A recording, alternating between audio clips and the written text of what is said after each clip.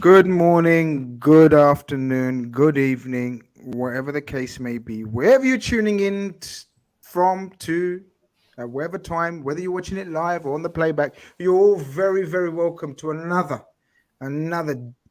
jam-packed, jam-packed. Because I love saying jam-packed. Someone queried the other day, like, why is it always called jam-packed? Anybody have any inkling or idea?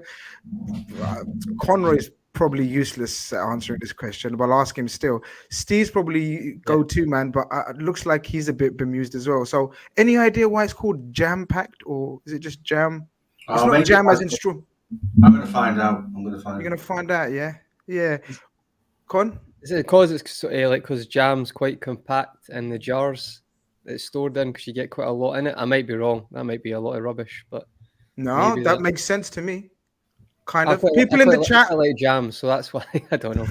Maybe that. people in the chat, let us know why is it called a jam-packed? Why is it always referred to jam-packed?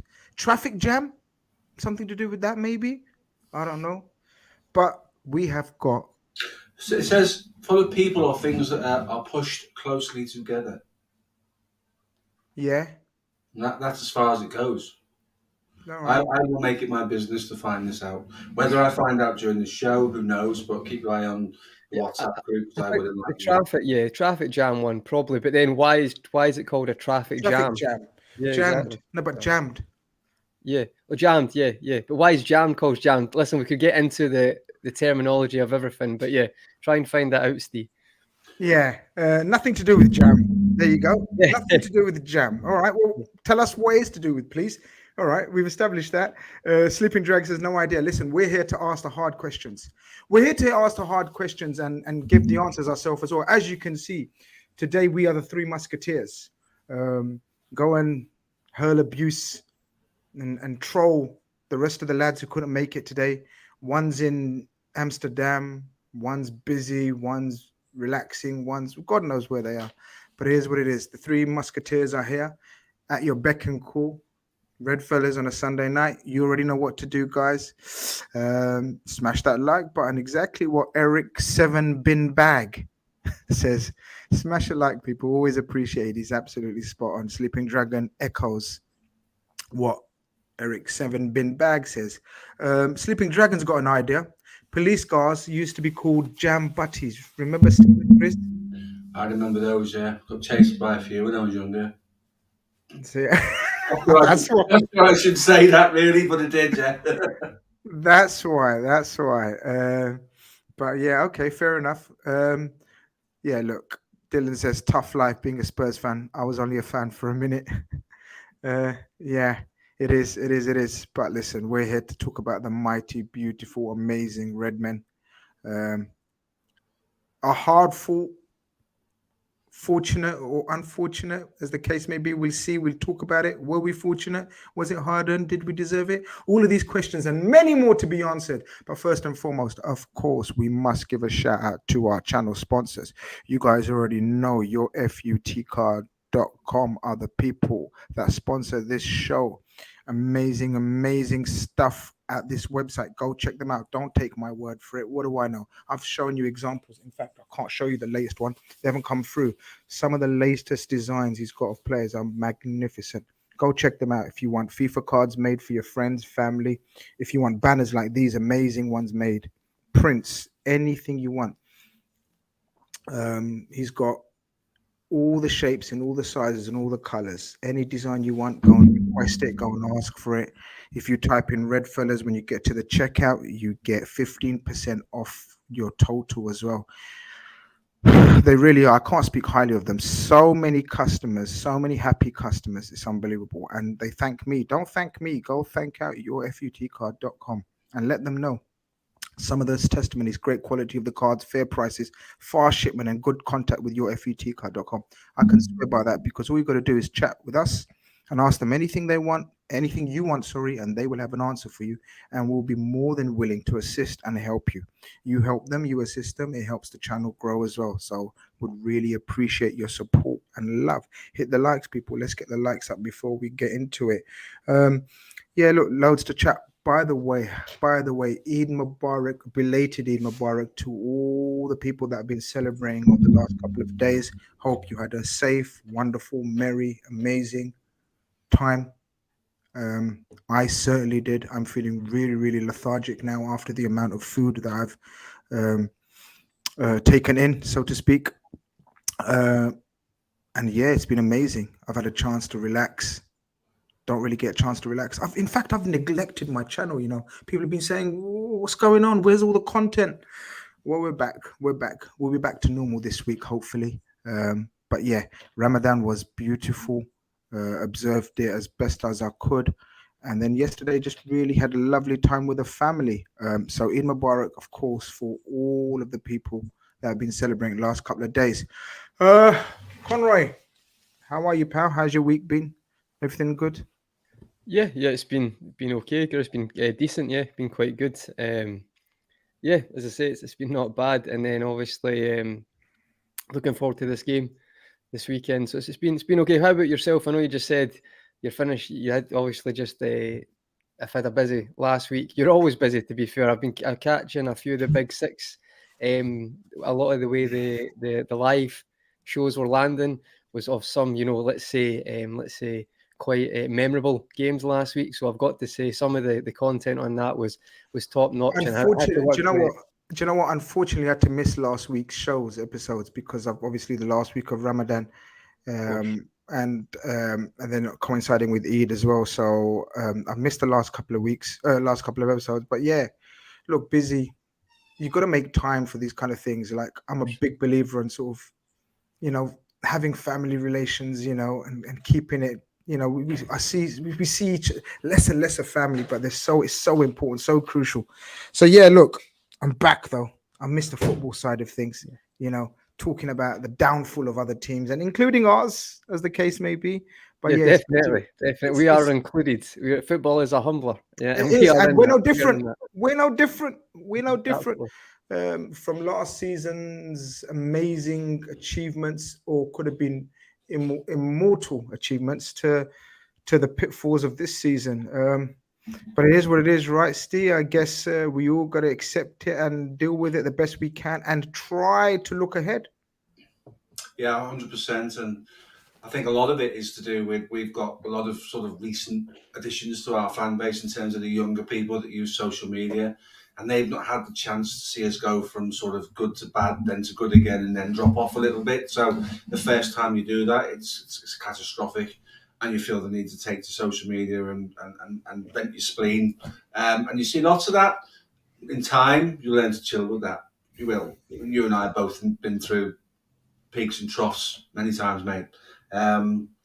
You do learn to deal with that, but that said, nobody could have prophesized from last season to this season, and it highlights just how fragile things are and how quickly things can change. And hopefully somewhere in the annals of Anfield there's a plan to put us back where we belong and not sit and watching other teams challenge for the title and go to cup finals. It's a difficult watch when you see what we become accustomed to in recent times. We got it all back and it seems to have slipped. Big job to put it back where it belongs, mate. So let's hope that happens anyway. It is a hard watch, isn't it? I mean, I don't know about you, Conroy. I watched the game today between Manchester and Brighton just for the sake of sort of McAllister and seeing, we already know what he could bring or what he would bring to our team. And obviously we've been linked with Moises Caicedo, who we really, really wanted. And I've said to you personally, and we've said it on shows before, if you gave me a choice of one player, he's the only one that would be on a par, at least, with Jude Bellingham. That's how much I think this guy is a transformational player. I've just tweeted out. Moises Caicedo, for me, is a monster of a player. But I just watched it for the sake. I couldn't give a about Man United or the result or anything. We're just watching McAllister and Moises Caicedo and seeing what kind of skill sets we already know, but the more you watch them and kind of vision them in this Liverpool team. Did you watch it? I mean, I couldn't give a shit about the occasion and everything. Sod it. Who cares? As Steve says, it's a hard watch because we've been through it. We should be fighting for these kind of titles and trophies. But did you get a chance to watch the game and think, Yeah, no, I did. I mean, to be fair, I have watched quite a lot of McAllister, but for those reasons as well. And to be perfectly honest, I actually quite like what Brighton are continuing. You know, even like what they've done. Everyone knows I like Potter as well, but what they've kind of continued that with De Zerbi, and just even the recruitment, even like in CISO today, like it's just like I find it so interesting how I'll be surprised if they keep those players. Like, I highly doubt that in the summer. But I'll actually, at the same time, I'll not be surprised if they get a viable replacement and continue. Like, it's getting to the point now where you could see De Zerbi leaving, and you'd probably think the next manager or coach is going to do a very similar job. Like, they're that well ran at the moment. So I really wanted to see, because a lot of people were saying they were favourites going into this game. And the control possession for, let's say, I'd say at least maybe 70% of the full game, 80%, maybe 80 to at least till 80 minutes. I know extra time, it kind of, and towards the end of the game, it went both ways. But I was quite interested to watch Brighton and to see what they'd be like on a big occasion. A few players shone, a few players I thought were disappointing. Matoma specifically, I thought anytime he got in a good position against Wan-Bissaka, he was disappointing. And I think that is a big stage for certain players. And I feel like we spoke about last week, Grizz. I think McAllister is the real deal. I think Caicedo is the real deal. I think others are very good players, but they might not necessarily be on that level to move to a top team. But I've got to be honest, I wanted to watch Brighton. I enjoyed the game, and I thought the two players we were looking at played very well. And I get the Caicedo thing. Like, I know he's not exactly like Kante. I'm not saying that, but see, when you watch Kante the first time he was at Leicester, the way he'd break stuff up and just read situations, and he continued that with Chelsea. I think he is. Like, I don't know why you think he's not. I actually think how Kante used to play, especially for Leicester in a double pivot, and then can play on his own. He's not a DM per se, but I think he's just an all action, all energy, can pretty much do everything. Okay, when I say everything, the creative side is not his strongest point, but flip me, the everything else that he can do is of an elite level. Breaks up play. I think the Kante comparison is very strong. Fair enough. I think he's improved as well. I think you could tell today that De Zerbi's tried to work on, you know, when he comes short to do the one, like a 1-2 with the centre backs in round. So I feel like even, you know, the passing ability will probably improve as well. But yeah, no, fair enough. I think it's because sometimes it's like when it's a great DM or great, you know, like covering defensive mid, or not necessarily a DM, but a midfielder who's great defensively getting the ball back, people always go to Kante. So that's why I tried to not make it, you know, the straight comparison. Yeah, I know what you mean. But the Leicester thing, definitely, because it was just him and Drinkwater, they'd be exposed quite a lot, and he was just so good at nicking the ball back and in judging situations. I thought today he was very good. Very I remember me and Steve spoke about the sample size with Caicedo, I think after maybe about 6 months ago, but I think he's proven now that it's a full season now, and he's really shown he can handle the Premier League. Before I get Steve's opinion, all right, show off. Calm down. Wembley. Saeed was at Wembley today, so fair play. Congratulations. And then there's a bit of a Manc derby happening in our chat as we speak, because Lewis comes back from City Extra. Big up, Lewis. He says, "You're about to get slapped up, boy." So there's a bit of a Mancunian derby already taking place in a Liverpool chat. Amazing, eh? Guys, make sure you smash and like and subscribe to their channels. First super chat of the night said Mo says Caicedo played a lot like Kante, similar build too. Yeah, going on the back of what me and Connor are just speaking about. I know you don't like watching. I know you don't like watching them play, Steve. But was you intrigued? Maybe did you get a glimpse of McAllister or Caicedo? And are you one of these guys that starts thinking, take that skill set, that player, put them into our current format and the way we're playing, and we really could go places? How do you see things? I did watch it purely for player watch purposes, to look at those two in particular. I think I looked at it more to watch McAllister because of the pricing of Caicedo, particularly when Arsenal tried in January. I think he might be too expensive for us in terms of what we will need to do in rebuilding that midfield, and McAllister might be a more practical option, meaning you can spread other monies elsewhere, because we need three. We know we want one from Chelsea. We know that's ongoing, that conversation, and then we need another one. Well, Caicedo and let's say Mount, for instance, is probably 130 million or thereabouts. That's kind of the money that we said we wouldn't pay for Jude Bellingham because we need more. So I think 60 for McAllister, which seems to be the figure that's been bandied around.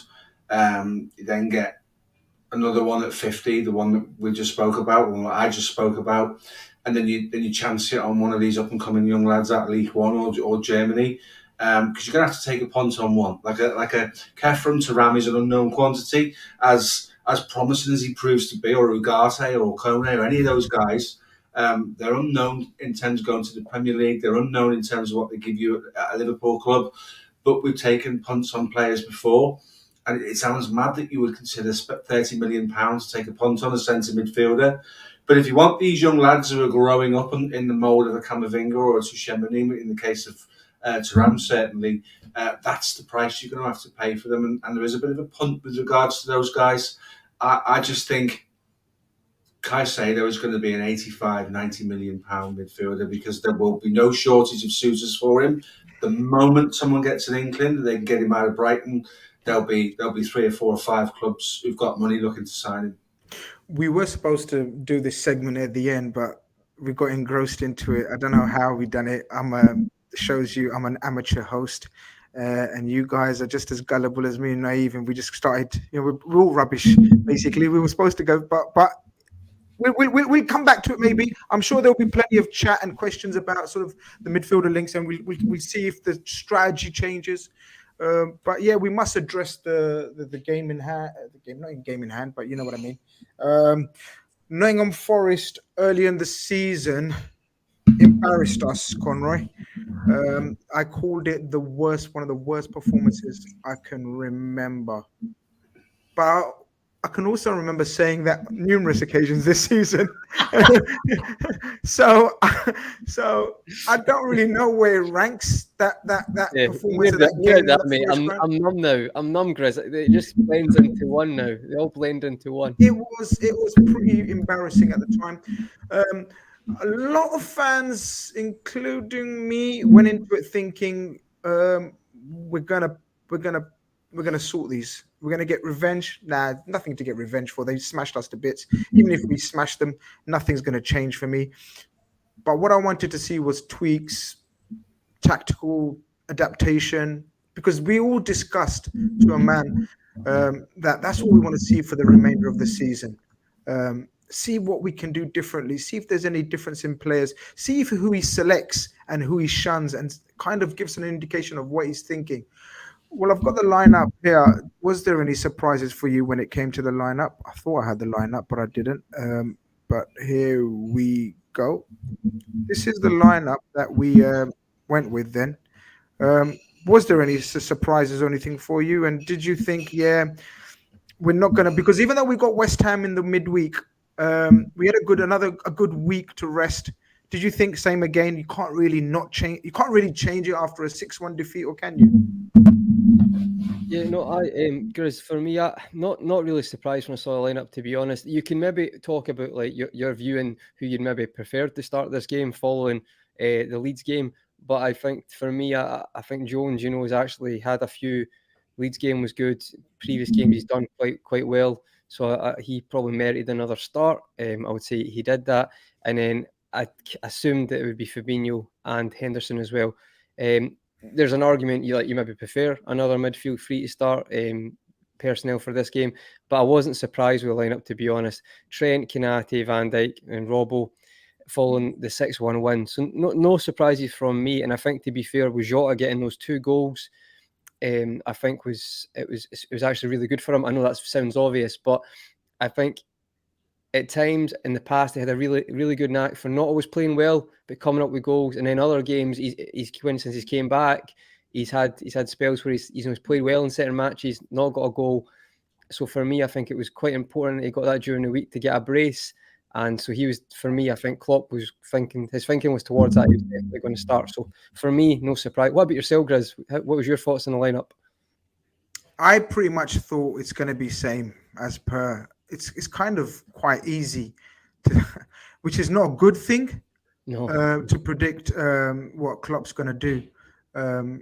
Where's it gone? I saw it. If it's gone in it, it's refreshed. It's one of those pages that refreshes itself. So, yeah, exactly. Who cares? We don't need enough of that. By the way, guys, we have made a note of all the super chats, so we will be going through them when I feel it's sort of relevant and segue into that talking points. But really appreciate the support and love. We haven't forgotten your super chats. We won't be ignoring your super chats. I pretty much thought it's going to be the same. I thought the question or dilemma would be Thiago bringing him back, possibly for Henderson or Curtis. But Steve, I wanted to come to you because that is one of the talking points of the team selection of the last 3 games now, because that's 3 games in a row. Young Curtis Jones has made a start, and I feel as though he's impressed. Yeah. With the change in formation, bringing Trent into the midfield, it frees up somebody to go and be a little bit more expansive, play a little bit further forward, and certainly not be ring-fenced into that left-sided position. Because if you recall the assist against Leeds, it was done from the right-hand side. So when we've got the midfield locked down, Curtis is comfortable with running with the ball, comfortable at travelling into space and asking questions. He's looked good. And Klopp really likes him because he's brave. He always wants the ball. He can look after it. We've always said sometimes he holds on a little bit too long and the opportunities are missed. That's improving. He's 21, 22 years old. He's got a part to play within the club. The most important thing out of all of this, Grizz, and we're seeing this now, is when he comes in and he comes into a side that's functioning, there's not really a drop-off in terms of the quality. He's more than okay in that midfield. So going forward, looking at whatever the future looks like for Liverpool's midfield, that unit of all those centre midfielders that will play, Curtis Jones will play a big part in that. And in the last 3 games, got over the shin splint issue, got over the little eye injury issue that had been blighting his career. It looks decent, and he's the first person Klopp goes to at the end of the game for the usual hug, because he's trying to build him up. He's trying to give him some confidence. He's trying to make him into. And that's not the first time, Steve. We've seen a few times that pretty much one of the first people that he goes to is Curtis Jones. I think that's a very good indication of what he thinks about him, regardless of what me, Conroy, Steve, and Twitter users up and down the country and all around the world think of him. It's a massive indication of what Jurgen Klopp thinks of him. Because do you remember at Southampton away last season, when we were rotated heavily team and Curtis Jones put in a really good performance, and he went to him and he said, Kurt, and he specifically shouted, Curtis Jones, like emphasizing, like, I believe in you, kid.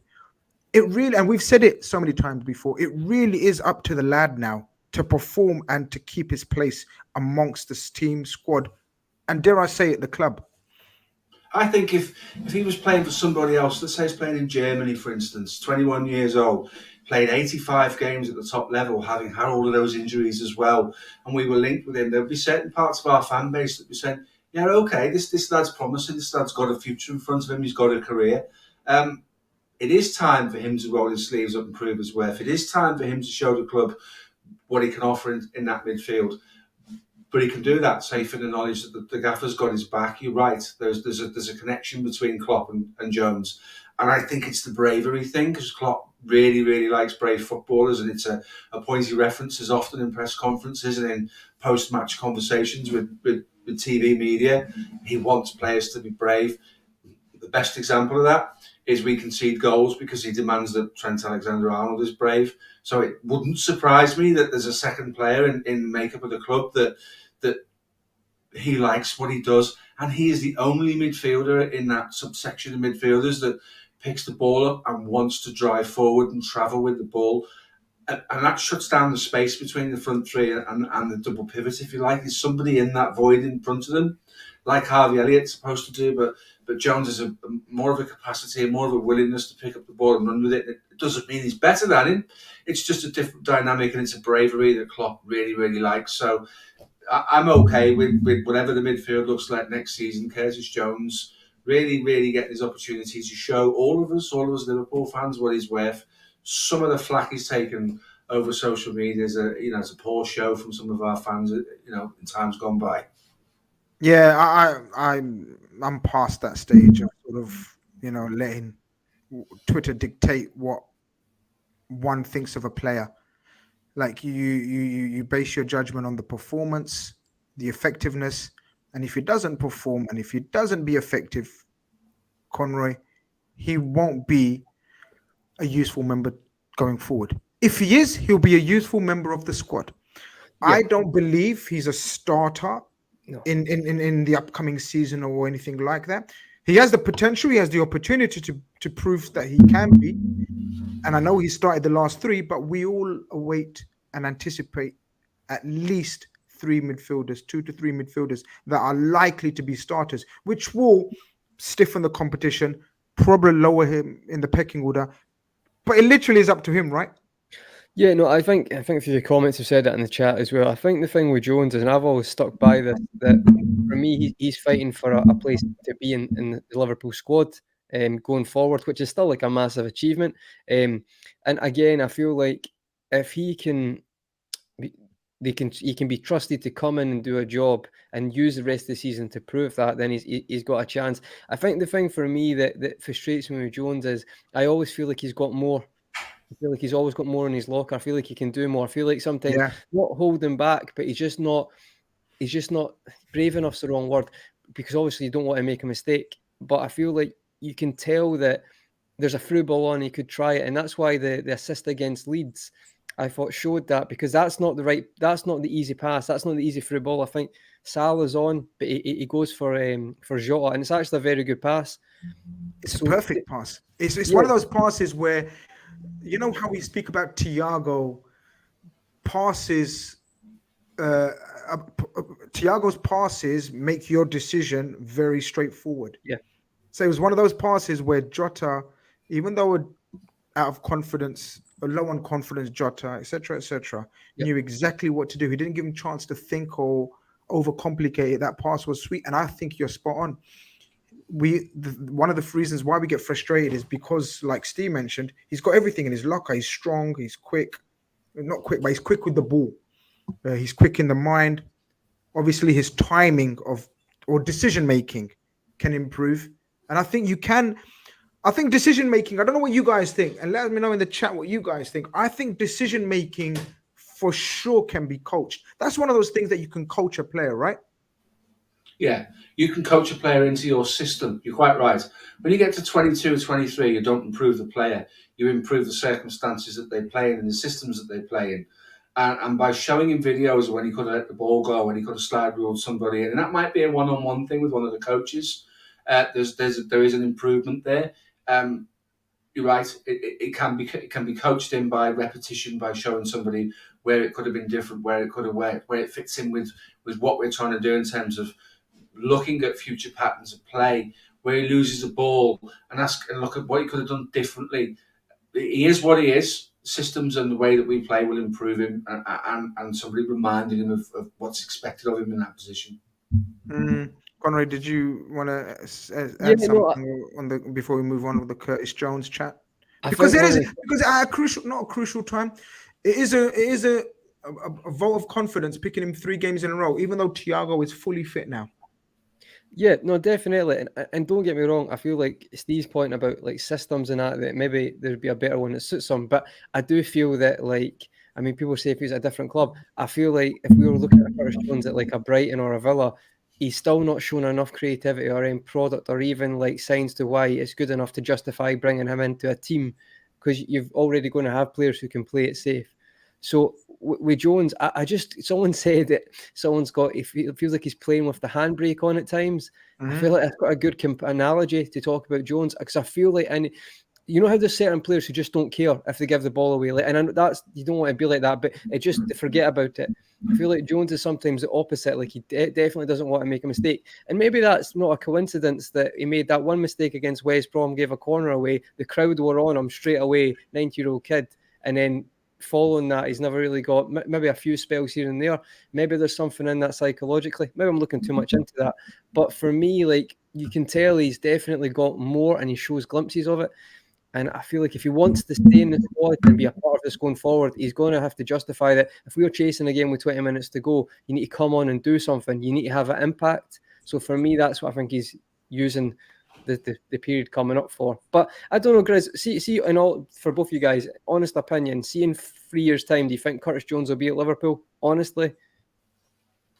I honestly can't tell you. I've changed my mind so many times. I honestly can't tell you. I think, okay, my guess, I think he'll be in and around the club. I think it comes down to what he wants as well. At some point, there'll need to be an acceptance from him that he's a squad midfielder and he's not going to play every week. If we go and spend £150 million in the summer, and it's a big if, so don't come at me in the chat for saying that. But if we go and buy three quality, like Grizz says, three quality midfielders, and that pushes him down the pecking order, some footballers are okay with that role at a football club. Some footballers are not. And If it's your beloved club, because it's his boyhood, childhood beloved club, I don't see a con in keeping him around in terms of low wages, unless we needed to utilize his fee that we could possibly get. But then we've argued, even amongst us, in terms of what's the fee that we could get Curtis Jones. Like, we argued. Do you remember we done the show and we were like, you'd be lucky to get 20 million for him. I think we could get 25 million for him personally. But some would say, 15 million you'd be lucky to get for him. Is he worth selling for 10, 15 million? That's why he got given a contract to protect the investment. I think a lot comes down to him. Like you say, Grizz, he's a scouser. He's playing at the club he loves. There's no real reason for him to move on. I think he would recognise he's not sort of the next Stevie G, where he takes the club by the scruff of the neck and it becomes his era. But football is becoming increasingly more a squad game, and there's an acceptance that you can be a squad player at Liverpool, or you can go and be a squad player. And again, no disrespect to Aston Villa or a Brighton. If you're a lad from Liverpool, you do that at Liverpool every day of the week. Yeah, look, the chat's mixed. The chat's mixed. There's David, I'd loan him. Aaron says, I've no problem Curtis being a squad player. Lack of ambitious from Curtis. David says, could easily see him playing at Leicester next season. Oliver says, unless Jones loses English citizen. So AJ says Jones is not good enough for Liverpool as a starter, squad player only. I think the majority would agree with this, AJ. I think the majority of us on the panel tonight, I think we agree with it. I think you don't have to have starters and like 6-7 starters, because look what that does for sort of the camaraderie or the spirit or the unity at somewhere like Chelsea. They've got like 6-7 players in each position and absolutely nothing going on. Man City the only ones, but let's analyze Man City's starters in midfield. Really, there's not that many. They've got a small knit. It's like a Kevin De Bruyne and Rodri play pretty much every game. And then it's a rotation of Bernardo Silva, Gundogan, Foden, you could say. So that's the state of play they're in. It's like that at most clubs. If we're pushing next season to bring in 3, we all understand and we appreciate, we hope, there's going to be 3 starting midfielders. And then if you add Fabinho and Thiago and most likely Henderson, who are still there, that pushes Elliott and Jones as your 7th and 8th midfielders. I'm very okay with Curtis Jones and Harvey Elliott being our 7th and 8th choices. Conroy? Steve? Yeah, the thing is... Final thoughts on this before we move on, yeah? Yeah, I mean, I agree with that, Grizz, and I feel like, do you know what? The thing about the Premier League right now as well, like you're saying, like Steve's saying there, potentially could play for another team in the league, but the level of some of the squads in the league now for like a starting place, I mean, off the top of my head, maybe apart from the 3 teams getting promoted and relegated, I mean, say Leicester, but Leicester, Dewsbury Hall, I think's been very good.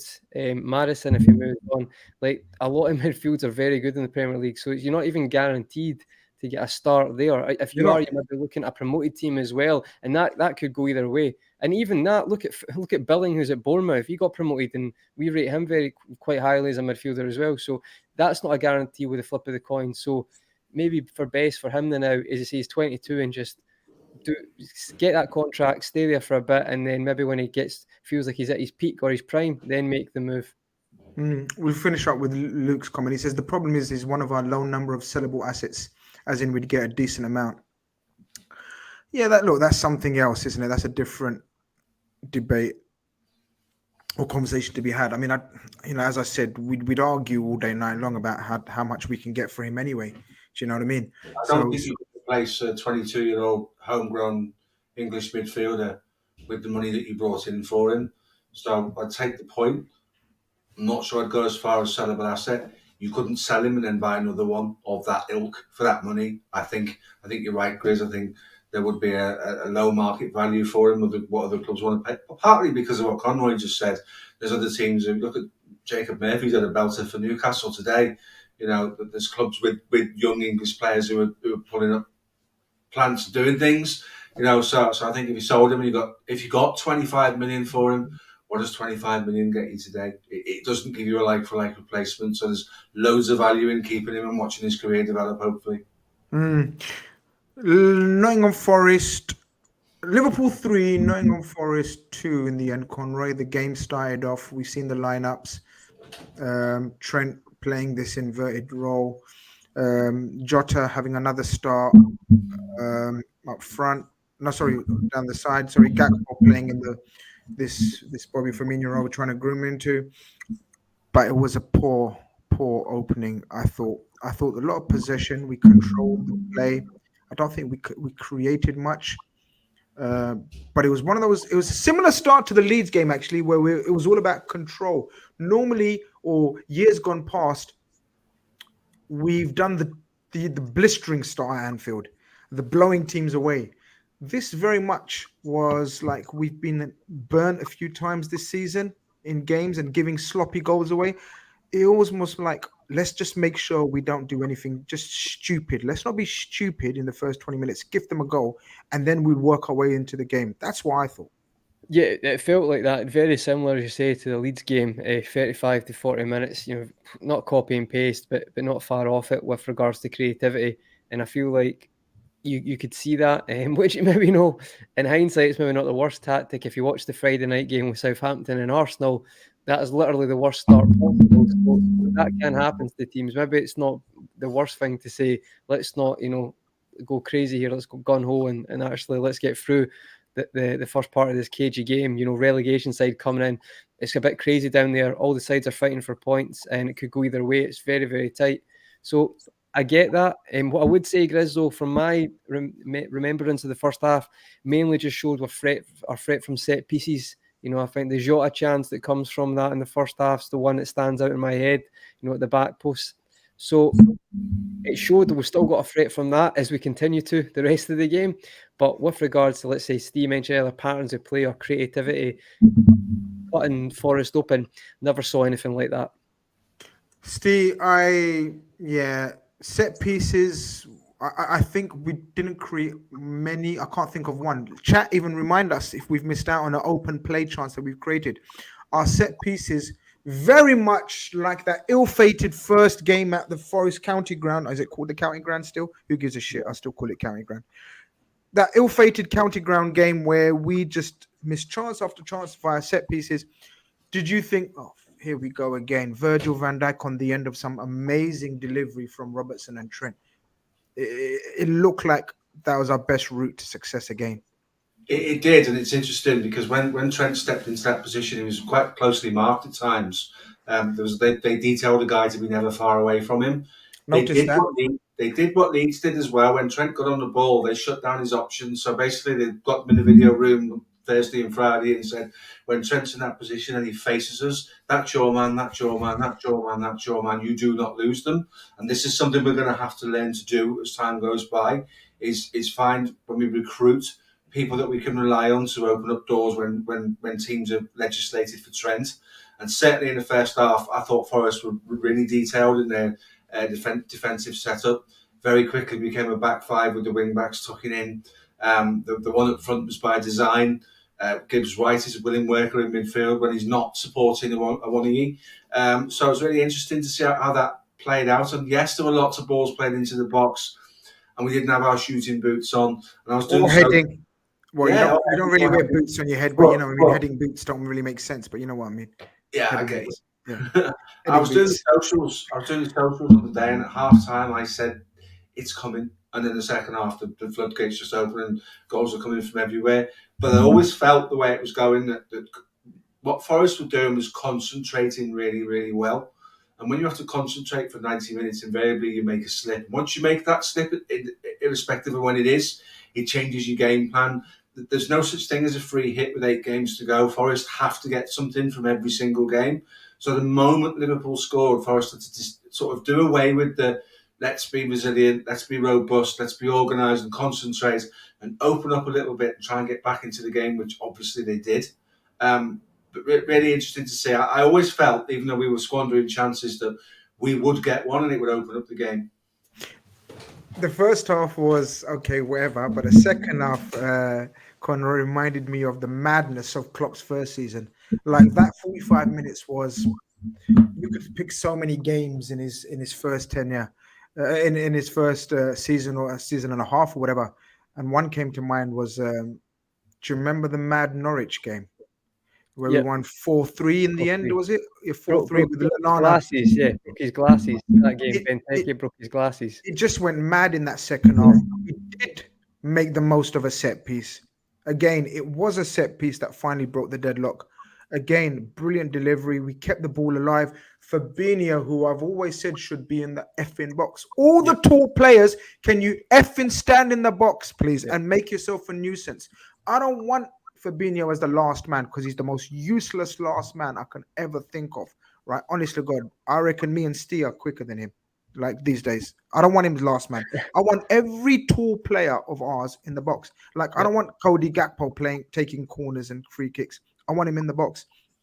We kept the ball alive, and it's that man, Diogo Jota, who, of course, has been publicly flogged for not scoring in over a year when he's been injured for 5 months of that year. Make sense. So people will still reference a year. He's been injured 5 months. And out of those 5 months, the games he's played, he's probably started, 50% of them. So when you start breaking all the numbers and stats down, he's got 11 assists in that period as well. But saying all that, he should still have scored in that period. I thought it's unnecessary flack he's been taking. He hasn't looked great. But one thing about Jota, and I always say it, if you've chosen to select him, you keep him on the pitch when you need a goal. And lo and behold, it was Diogo Jota who gets the opening goal. Yeah, and as you say, it was a proper poacher's finish as well. It's a good header by Fabinho to keep it alive, head it back into a dangerous area, probably going to get cleared off the line. And as I say, aerially, Jota's always impressed me. I don't think there's many Liverpool fans who thought he was that good in the air or done our homework to that extent when he was at Wolves. And again, he's always impressed me. For someone his size, his leap is outstanding. And again, it's a Mane-esque. Yeah, I don't know. Maybe Jota is. It does. Yeah, probably Mane-esque. But I would say this about Jota is ever since he's played for us, Grizz, he's always impressed us. Even in the season with no fans when he came in, he's always impressed with those kind of striker attributes. Discuss if he is or he isn't a striker going forward. That's in our conversation.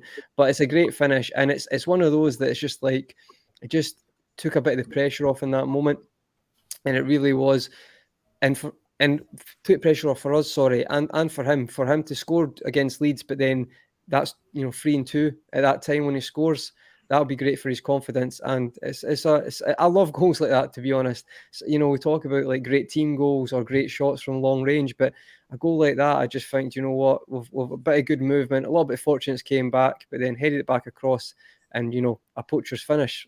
Love it. I was at that point. I was very happy, and I'm very happy for him because I feel like you're so right, Grizz. Sometimes we all do this. We do sometimes have a savior complex when injured players come back. We expect them to just automatically, kick into gear again. And I feel like it's the same with Diaz. I think we should take that into consideration. We'll talk about Diaz as well going forward. Like people need to get match sharp as well. So I feel like I was very happy for him to score there. And I would say it made the rest of the afternoon easy, but that wasn't the case, as we're going to discuss. It goes totally against Steve's thoughts on how the game would pan out. Steve thought, as he can't deny it, he thought if we score the first goal, we'll go on to sort of win easy game. But Steve, I was going to say our very own. He's not quite our very own. He's not our own at all. Nico Williams goes marauding down the right, suddenly finds himself in acres of space because we've all shifted over. Because suddenly, Nottingham Forest have realised that throw-ins into Awonye is like almost like a penalty. Every time they had a throw-in right to Awonye, we've kind of shifted all over to one side. Even Jota's really inverted, leaves a simple switch of play with acres of space for Nico Williams. A very lucky deflection that took it past Allison. Yeah, an awful goal to do. I mean, like aesthetically, like when you're looking at it, it's an awful goal to concede. It is, and this is going to be a problem with the position we found for Trent because everybody shifts over, and Robertson becomes the third centre back when Trent's sitting in midfield. We've watched that in the last 2 games, and because they were building down the right hand side, Khanage went right over to the right hand side to try and deal with the threat of the one as a target for the throw in. Van Dijk picks up Kanate's role slightly more central, and Robbo comes in even further again. Good sides who can use the ball if they can set the ball back into midfield like they did from the throw in, can start moving the ball and start creating positions for them to utilise the space. And obviously Williams has gambled, and it is I think it's Robertson's outstretched boot that it comes off, and it sort of deceives Allison, and it's like kind of really, really tantalisingly close to getting to it. We will concede like that again, playing this system, if we don't communicate in terms of the midfield. And again, it's going to sound like a bit of a reoccurring theme for me. Our recruitment of what we do in midfield is huge, because I'd argue the case if you've got a Wijnaldum style player playing on the left side of centre midfield, Williams doesn't make that run into that space alone. Someone would have gone with him. Someone would have recognised the danger. But because we've got a converted left winger in Curtis Jones playing in that position, his first thought isn't, what's the worst thing that can happen here? His first thought isn't, there's a danger. So you can run off players like that. You can run off Thiago if you time it right, because he's not the same as Wijnaldum in that regard. So I think our recruitment, if we're going to continue to play that system, is really crucial. Who plays on that left-hand side? And if we so wanted to, Grizz, we could sit here and talk about 8, 9, 10, 11 goals we've conceded where there's been a breakdown that side of the pitch because we don't deal with late runners into the box. Trossard, Anfield, cashed in on that all afternoon long. Goals against West Ham. Jared Bowen carried the ball 40 yards and played in forenows for his goal. Those are areas we have to improve in. And I think it didn't come as a surprise we conceded there. Fair play to Forest. They didn't sort of roll over and die. They decided, actually, this actually means something. We're at Anfield. There's football heritage for both of these clubs. Let's make this a game. And he was a nuisance all game one year, and was certainly a clash of the Titans with him and Khanage at times. But I think we'll see goals conceded in that position again if we carry on with the system we're playing. Before we do go on to the Jota second goal, probably everyone's favourite goal, maybe. I want to speak about sort of this battle that sort of started showing itself between Awonye and Konate. Conroy, I think it's the first time I've seen Konate. Am I fair in saying losing out in a battle, or are people going to say, no, that's harsh, Grizz? Or was the referee being unfair? Because those kind of occasions, the player backing in always seems to get away with it. And if you're big and you're backing into someone and you do it cleverly, it's very difficult for the defender to get in front of you. You've got to be smart. The timing's got to be perfect, and you're not allowed to give a foul away. And I think Konate struggled with that for about 45 minutes in that second half. I think he was rattled. Yeah, I think so. I think, Awonye just played him very well. Like, he's a very strong guy, but he's obviously got the fitness as well to carry the ball. And motivation. Yeah, exactly. Being the next Liverpool player. Yeah. I think and at times, I'm not saying he's a match and a striker, but obviously strength-wise, he was arguably as strong as him, or could at least cause him problems, and he did, and he completely. And at times you could see he was getting more confident, and Konate was maybe getting more frustrated. In fairness, though, Grizz, there was a bit of sportsmanship between them. You could actually tell that there was times where they were actually enjoying it, because I wouldn't say it was like he had his card marked. It was like he was winning some, And then Awoniyi was winning some. So I actually quite enjoyed that to a certain extent. I thought it was quite refreshing to see, to be honest. And I feel like it was a good battle. And I think in regard to, we talk about our players, but Khanage is a very highly regarded centre-back, young centre-back in the world. I think in this instance, fair play to the Forest striker, our former player, because he really did actually, he caused them a lot of problems. And it continued, like you could tell his confidence towards the game. He was buzzing. He was like, give me the ball. I think he gets the ball and he tries to run past them, and he's actually quite unlucky. He doesn't get free down the left wing. So yeah, for me, I think it was actually quite a refreshing contest. I just think he was very, very strong, and he caused them problems. And maybe in future you talk about that, Grizz. Maybe Khanage not getting as rattled as you said, and as you say, the best defenders. He's still very young, Khanage. They learn about stuff like that, so they don't always put themselves in those situations. So they might jump in and nick the ball, or maybe instead of going touch tight, I think Carragher says it all the time, you judge the situation, maybe drop back and make him run at you, because maybe with a player like that, he's maybe not going to have the best ability to beat you down the line a lot, or, his link-up may not be as good. But that's all a learning curve. I actually found it quite a good watch, to be honest. I quite enjoyed their battle. No, I can't say I enjoyed it, but I think LFC Aaron's right, because we have to remember Khanage is only 23, a baby in centre-back terms. And Liverbird makes a very good point. We won't be forgetting that game anytime soon. Good tester before the Hammers with Antonio, because that will be very much of the similar ilk type game. Like, we know David Moyes would have studied that game and third, that's exactly how we're playing, because we're not here to look pretty. And he don't give a shit. Like, his fans are booing him at that ground. It's such an awful place to watch football, and I'm going Wednesday. It is. It's a horrible They're doing well though, Grizz. To be fair, like, it's maybe not the best time to play them, because they were in for him to get sacked, and then they obviously got through to the semi-final, won 4-0 today as well. Antonio's in form as well, so it's maybe, it's not a good time to go there, but it is what it is. We've got to do what we've got to do. But with Khanage, I thought how many times did we see Skirtle in getting engrossed in these kind of battles, Steve, and always end up getting sent off or definitely giving a penalty away or something like that? He's got to learn from, dare I say it, Carragher, the way he played that role. Carragher was not the biggest or strongest, even though Khanage is, but Carragher was very smart in terms of getting ahead of players. Of course, he got done a few times. Of course, in his career, every centre-back does.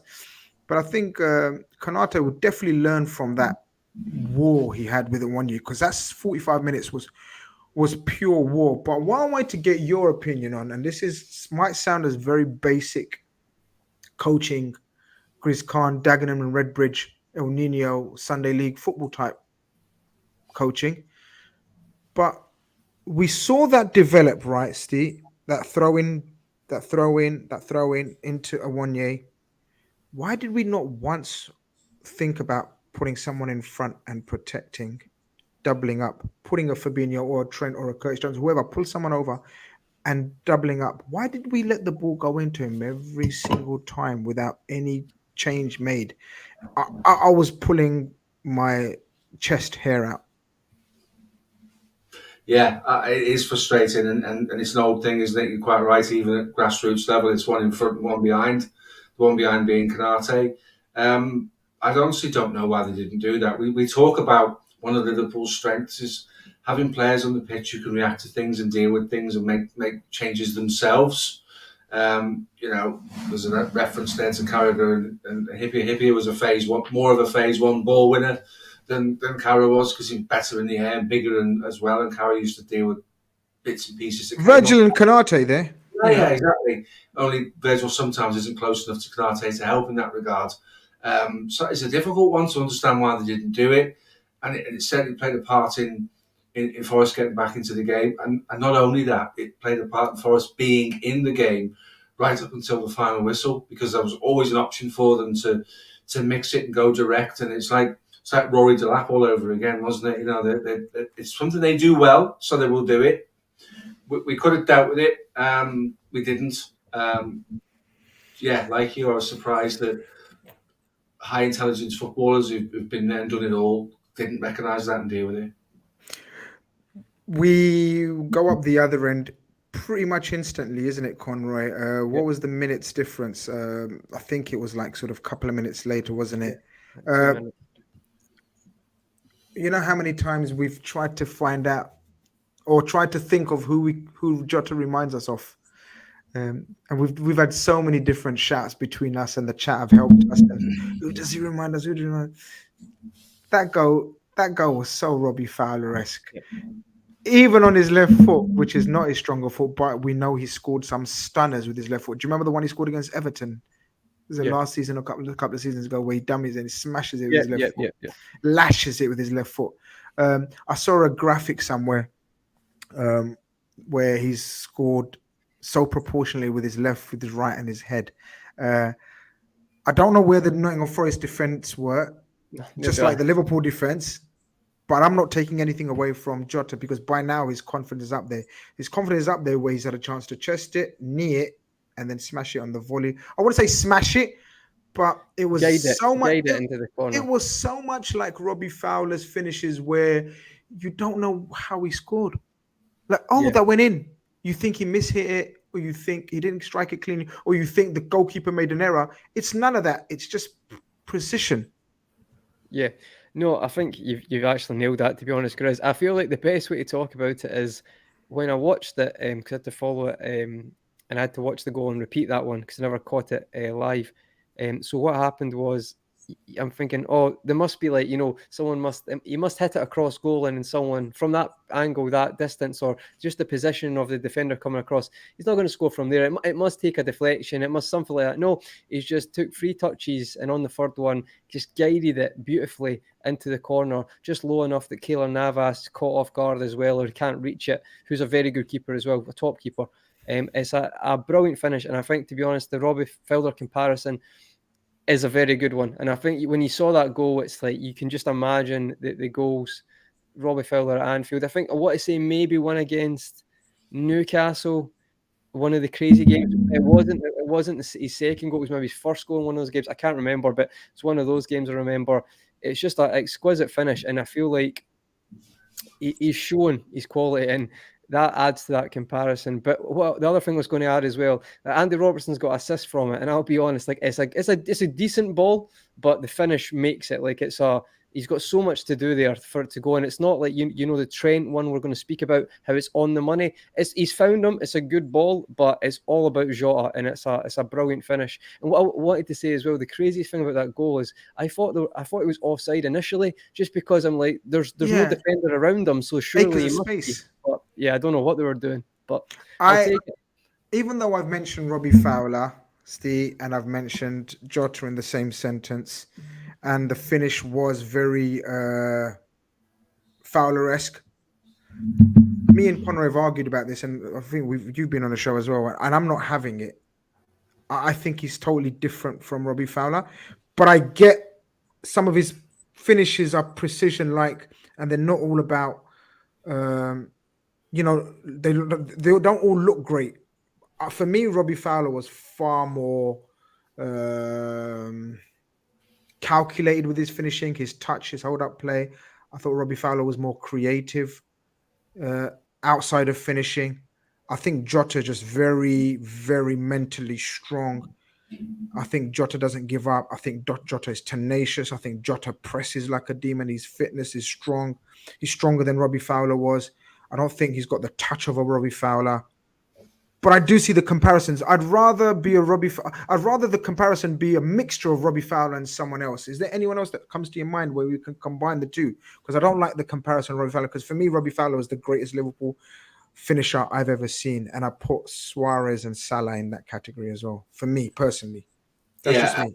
He's an instinctive finisher, and sometimes the lack of movement creates him the space to score. We saw that against Leeds, where you basically just put the brakes on and the ball comes across the edge of the box. Everybody else has run past him and he scores from it. He is gritty, he is determined. He's no Robbie Fowler. Robbie Fowler is as you said, up there with the best finishers football I've ever seen, and anyone's ever played the game at any level, including all of his peers and the players who played around him, would say exactly the same thing. He's a bit different. He's feisty. He's got a bit of fire in his belly. Yeah, he has. I love that about him. I think it's one of those things that we all cry for, that this Liverpool needs more. He's a nasty little so-and-so. He's got that in him, and I love it. And even when he's not having a good game, like he hasn't been, you keep him in and around the game, especially in and around the box. Like that first goal, for example, was pure instinctive, pure poachers. As Conroy says, he's not the tallest. He wasn't the biggest man. He was surrounded by giants. Like the Nottingham Forest team had 3 6'4" centre backs all around him, and yet he knows where that ball's going to land. You just keep him around. Yeah, well, you make the point about strength. A friend of mine played against Robbie Fowler when he was coming through the ranks in the Liverpool Senior Club, and Liverpool took him off at half time because it was like 13-0 and he'd scored about 9 of them, and they decided 10 minutes into the game to try and take him out because he was damaging them. So they're all trying to knock him off the ball. These smaller players like a Jota, like a Fowler, they've got low centre of gravity. Can't knock them off the ball. You just cannot knock them off the ball. They are so physically strong. Jota will leave one on you as well, by the way. And another player that not many people recognise having that, Michael Owen used to leave his foot on 100%. Yeah. And people don't see that or don't remember that, but he did. And Gary Pallister's got the scars to prove it. They're feisty little buggers, mate. And he's got an instinctive finisher. He's more of an instinctive finisher than anybody else in the club, as we are right now. He's the most instinctive finisher we've got of all of those guys. So to bring him in from the left and put him through the centre at times makes perfect sense. He gravitates towards the goal anyway. He kind of does what we coached into Mane. He does it naturally. So he's always going to take up positions where he can score goals. And he's brave. He could have got absolutely cleaned out for the header. He's not even thinking about who's marking him and where the danger's coming from in terms of physicality. That's his ball and he will win it. And we've seen, you give him the ball in the right areas, he's got a good first touch. Think about Arsenal in the League Cup where he brought the ball down, dinked it over Ramsdale or Leno, whoever it was in goal at that point in time. But he's got that instinctive ability to be in the right position to finish things. And I'm really pleased for him. It's kind of like London buses, isn't it? We waited so long for goals, and we've had 4 in a week and an assist, and his goals come in bunches. So let's keep these goals flying in between now and the end of the season. All we can do is carry on winning football matches, and Jota playing like he's playing gives us a much better opportunity to do that. People probably aren't aware, but his injury was very weird, apparently. Like, even he said, like, they couldn't work out what it was. Like, calf injuries can be very, very problematic, of course, but his one was more complex. They'd not seen many cases like that, so it wasn't just a run-of-the-mill bit of a calf strain and back. 4 or 5 months the fella's been out for. It takes time. He's walked into an absolute shit show of a team with no midfield and no structure and no patterns of play. And now we're trying to develop a new pattern of play with this tactical tweak. So I think people have been harsh, but each to their own. Conroy, surely we've learned from our mistake. We've settled down. We've had a phase of throw-ins and everything, and we're going to work it all out now that we're not going to concede again. Oh no, we are. This time another deflection, another deflected goal. Gibbs White, clean strike, but just lack of organization. What is it? Focus? What is it? Just one of those things. Are we going to put it down to? I think, to be honest, Grizz, we've mentioned it in the past, but sometimes we talk about on-field management. Players saying you see the first throw-in or the throw-ins, and you see issues. 10 years ago, you expect players to say, right, we're going to stop, we're going to sort this, because this all happens mainly in the second half with the throw-ins, the throw-in gate, if you want to call it. And I just feel like we don't, or we do, and you see what Henderson does, and I'm not going to have a go here because I don't know the exact details of where he's putting Nunes for this goal, but we end up doing the opposite. We lose that man on it, but even for the initial throw, and it's like we don't, again, it's like this new thing that's been invented in football. It's like, no, we've dealt with long throw-ins in the past, and there can be one-offs, like the first goal, it can happen, you accept it and you deal with it. We've just not dealt with it with the players on the park, or we've not been strong enough to say, right, you come and sit here and we'll deal with that. It's fell to Gibbs White on the edge of the box, which is a spare man just on the edge, which again, it's not good. I mean, how is that possible from that position anyway, to leave a man spare there? So for me, lacking management on the park from the players to deal with that, because it's easy to say Klopp can get instructions on, but ultimately when they're on that field, like they need to be able to deal with that situation. And Yeah, I feel like that was one of the reasons. Maybe training have not done it a lot, but again, like, there's going to be instances in football where you need to manage the game as it happens. Like professional elite footballers, sometimes you can't hold your hand through everything, and like it can't always come on the manager, if you know what I mean. So for me, they had to do better there. And I've got to be honest, guys. I really hope this is not one of these things where it's like, oh, that's a weakness now. Because it's 2-in-1 game. How often does that happen? You mentioned Rory Delap, Steve, but Rory Delap was like a missile. Like these were still, I've never seen anything like a Rory Delap throw in my life. That was like next level. These were just like, a lot of players can do a throw that, is it Diakite, who'd been injured for most of the season? Lots of players can do a throw like that. So to me, I hope this is not a trend or a pattern. I hope it's a one-off. I hope it's a one-off. I really do, because they started bombarding us, didn't they, with all these kind of throw-ins and people running off them. Even though it was another fortunate goal, it was kind of worrying. There was another occasion very soon after where, actually it was after the Salah goal where we hit the crossbar. But again, we go up the other end. Proper tit for tat, this one. But this time it's Conroy says not slightly lucky, but sort of one of those assists where, he didn't really deserve it, or, it's one of those not outstanding quality. Trent's was outstanding quality. Salah shows what people don't know about him. And if you don't know about Salah's strength, then you're really stupid. Salah is pound for pound. When you look at him, he's 5'10", maybe 9. He's one of the strongest players in Europe, in the world, I'd say, pound for pound. And those centre-backs whoever that centre-back was, felt that strength. He tried to just push him away. Like, how centre-backs do? They just shove the forward away, like get the upper hand of him, ahead of him. Salah just wouldn't let him shove it away. He realised, this guy's made of steel. The centre-back felt his strength and his power. And pinpoint, as Conroy said earlier, pinpoint and a very, very cool finish. Salah scores another match-winning goal. He's amazing. He's ridiculous. Centre-backs will give you a nudge to try and change your balance before a ball comes in, so you can't deal with it. The thing with this ball in is a ball into an area where he's anticipating that one of his teammates will do what they need to do. You're quite right. The strength is ridiculous.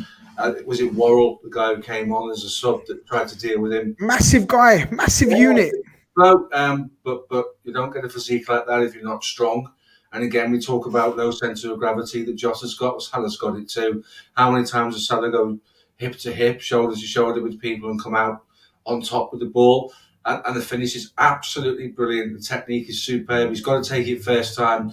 It pitches on the turf right in front of him. Good knee over the ball. Great technique. Absolutely wonderful. You at the Grand Prix, Steve?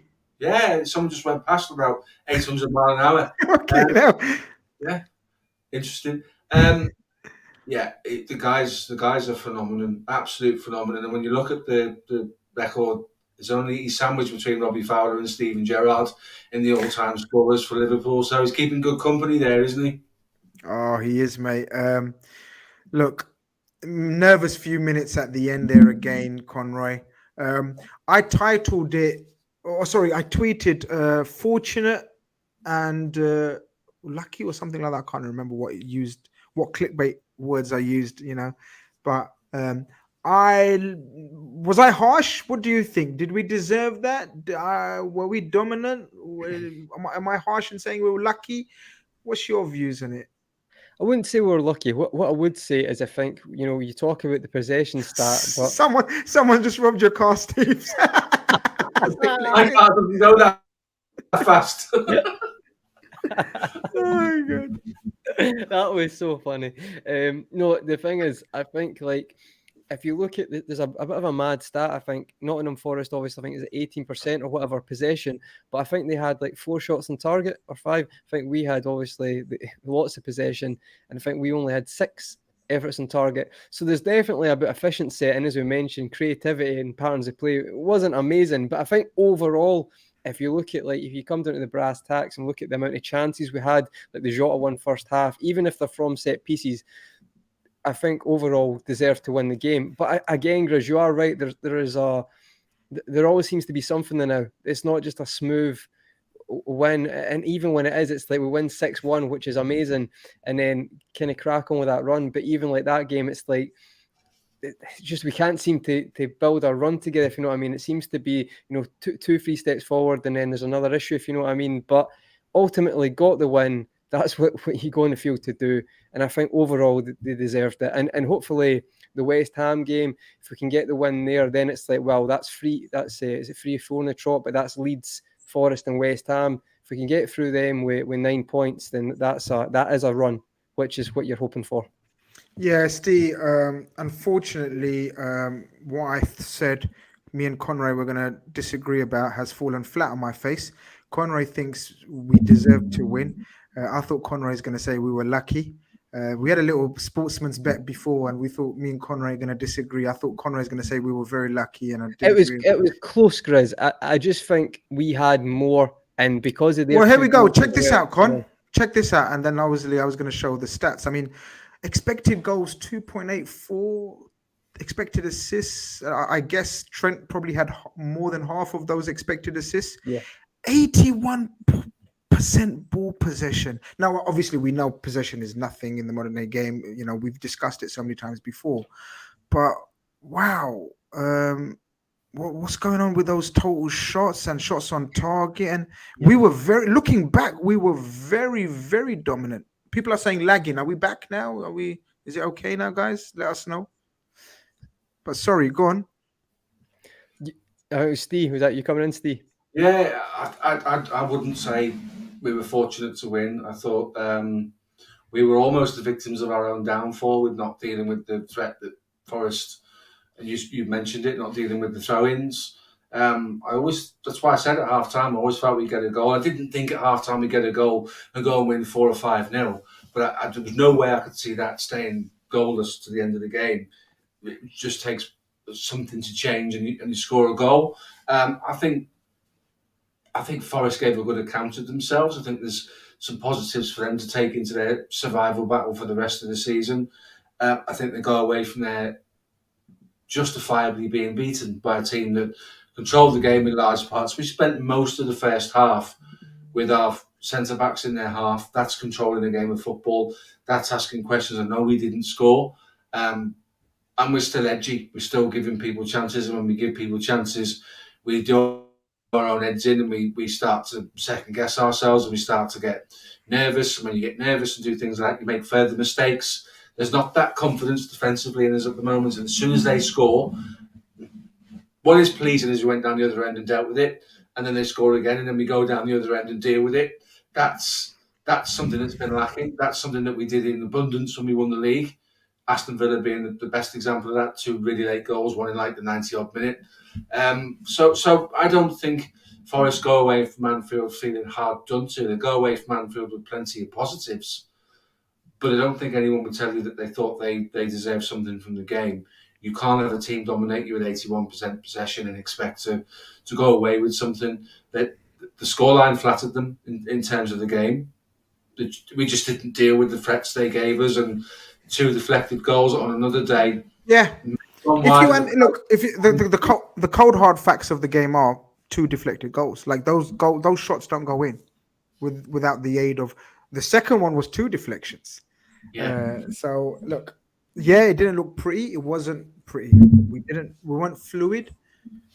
We're not expected to be fluid, especially if we're changing the formation like we have, and we're playing in a total different formation, Conrad. I've got the average positions of the players right here. Just take it away, my brother. How do you describe this? I mean, like any idea how we describe this? So to me, it looks like the front 3, 11, 18, and 20 are the front 3, right? And then we've got Khanate and Virgil. We've got Khanate. I don't know if you guys can see my cursor. Can you see my I don't know if you can, but on the screens. But anyway, Khanate is sort of the one that's sort of playing to the right and further ahead of Virgil. But what's surprising is average position of Robbo isn't really like a left centre-back or a third centre-back. And that's why probably we're still getting caught out in transitions. And it's going to take time to work out whether we're going to use him as a centre-back or still as an orthodox left back who will be less brave and maybe more onus on the holding players to cover that side. And obviously, the glaring tweak is the Trent Alexander-Arnold role position. What's your thoughts on how it's going so far? Yeah, do you know what? I do find it interesting. I feel like we discussed this a couple of weeks ago. Like you might as well. We don't think we're getting the Champions League, so you might as well look to what you can do next season and at least try stuff out. And to be fair, he has done that, so can't complain. I think it's been 3 games now with it. We've had Arsenal, Leeds, and now that game. As I say, I think the chat said earlier, there is phases where we're slow with it. We're still obviously trying to learn it. We need quite a bit of sample size to see where it can go. You can see the positives of sticking with it. I think it's quite interesting. I think firstly, I'll just take 2 points on the fullbacks. I think with Trent, it's an interesting one because like defensively, you can technically go back to a 4, especially in games with transitions. Like he can come back and help. But obviously with Khanage kind of shifting over to that, we could say right centre-back, right-back hybrid covering Trent, when he's doing that, it allows him to really get, an inverted role. And I like that. I actually do, because I feel like it protects him. It allows him to be even more creative and have less responsibility defensively. You still have a bit of that, but less. And he is our most creative player, hands down. He's our playmaker. So I'm all for that. I think with regard to Robertson, I think Klopp's comments towards the end of the game was quite interesting on this. He basically said that obviously if Trent's based higher up a lot more of the time in that midfield slot or number 6 slot, Robbo's really going to have to judge at times when to go and when to stay in as a left centre-back, left-back, left centre-back hybrid, as you say, Grizz. And I feel like he'll have to work on that. But to be fair, I will say this: it is new. So I think in that game, he's probably thinking, not Forest at home. I'm used to joining the attack, we'll dominate the ball. But as you saw in transition, you've equivalently got 2 centre backs instead of 3 with Trent covering there. So for me, that'll improve. And I think the fact that Klopp has mentioned it, it's obviously getting worked on. They're obviously trying to get it to a good phase. And because his experience and I think his defensive ability, it makes a lot of sense for Robbo just to hold at times when Trent's doing that and then pick his moments. As you say, I'm quite surprised at the average positions as well there, because I thought just from watching the game, I felt that he did hold more at times, but obviously you're not realising he still was bombing quite a lot. I felt like even in the last 3 games, especially Leeds and the Notts Forest game, I don't know if you guys agree, I felt that he was holding back more, but I still feel like you'll have to continue to really get to know that role going forward. And so will everyone else. And this is why the games haven't been fluid, and we're not going to see fluidity until a whole full preseason if we choose to continue the way we're playing. Just on this, Chris, sorry to interrupt. On this one, when they're playing one guy up front, which they did in the one year, they're trying to get people to support him, and you play the entire first half camped in their half trying to create openings, he may well have been told by Virgil to push on. There's no need for you to be sitting in alongside me. Fab sitting in front of me as a screen. I've got Khanage to my right and Trent when he drops in. I'm dealing with this. We don't need 4 against 1. So go and offer the switch, because what we needed to do with them was pull them around a little bit and try and get people to forget what their roles were. I referenced it earlier on in the show that I thought in the first half Forest did their individual jobs and matched their battles 1-for-1 quite well by pushing Robbo into that position for, let's say, the majority of the first half. That will have an impact on the average positions, but it's more of a direct result of the fact that they were getting very little joy from one up top. And because there were 3 of them sat there, Virgil probably told him to go away. That they do these things, they have these conversations, go and try and be an outlet, go and try and be the spare man when everybody else is shut down and we need a different focal point. That's going to be you. I don't need you alongside me, not against 1. Fair point, Steve. Yeah, look, I just want options. But that's what we've asked for, isn't it? We've asked for variety. We've asked for options. We've asked for different styles, different adaptations. and if Trent is going to be, if we're still looking to, because like Ben said in the chat, big up Ben. Ben said in the chat, he's just here to let us know that Trent is a generational talent. And if you've got a generational talent at your disposal, you utilize him the best you can.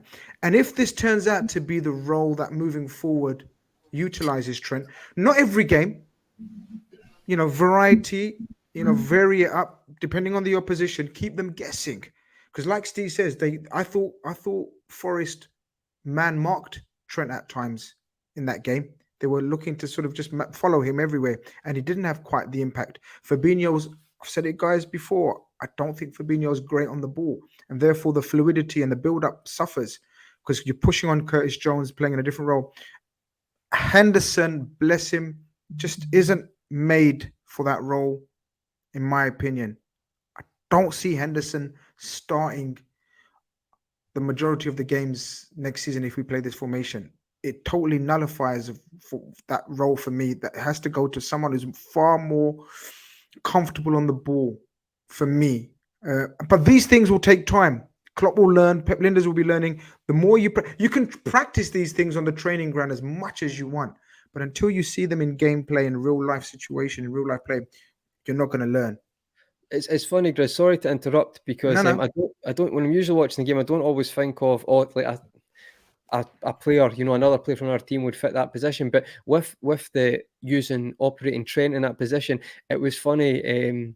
Sorry, not funny, but it was quite interesting seeing, because obviously Henderson was bombing down the right wing quite wide, quite a lot, as he'd done in the past, but not as of late until we've tried this formation. And it is funny how the amount of comments I've seen, and I did think it during the game, that if you did, let's say, have a Mason Mount who could play a 8 as well, or a midfield role, but he can actually be an outlet down the right hand side, and he's got quite a lot of goals and assists doing that, especially assists. So it was did actually think that watching the game. So I feel like if I know you're going to talk about this slightly, if we're looking at targets and someone who can adapt and play different positions, like we said last week, I was thinking when I'm seeing Henderson make those runs, or we're looking for him, a Mason Mount would probably be quite good for that. And as Ben said, he'd suit that. And I agree. Yeah, I mean, look, we can finally, or maybe, see resemblances of a plan, a strategy moving forward, like we've been asking for. Top four's gone, guys. Stop this dreaming and thinking, oh, are we still in it? Can we do it? We've done it before. Look, miracles happen now and again, and we used up our miracle for this decade in the Alisson header last season, or the season before, I should say, whenever it was. That's the miracle used up. When there's no more miracles, especially after the demolition of Spurs today. So the Trent evolution, I guess.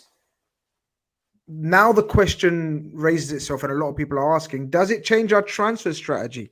Do we now finally think that we can do with 2 midfielders and then maybe go for a right back instead, or a useful right back that can step in or be more available than young Scottish guy Calvin Ramsey, who's out injured? Can we change? Does our strategy change? Or do we go for a left-sided centre-back as opposed to Robertson, who's more inclined to stay and be more physical, which Robertson really ain't? All these questions will be asked now because of this Trent move of positional role. How do you see it, Steve? Do you still know? I still want 3 central midfielders and a centre-back as a minimum. Well, first thing is that Trent isn't playing in midfield. Trent's still playing as a right back. There's just an opportunity when we've got the ball to go and sit in that position and get involved with play. He's still lining up as a right back. When without the ball, he's still a right back. So we've got a young right back. We don't know how good he's going to be. He's had a nightmare with injuries and stuff this season. Hopefully, a good pre-season for him. He can reset and start again. 3 in midfield is more of a priority than 2 in the right back. I think if you buy 2 in the right back, you're almost saying we're changing Trent's role completely and putting him in midfield as a 6, because he would seem more effective 6 than an 8.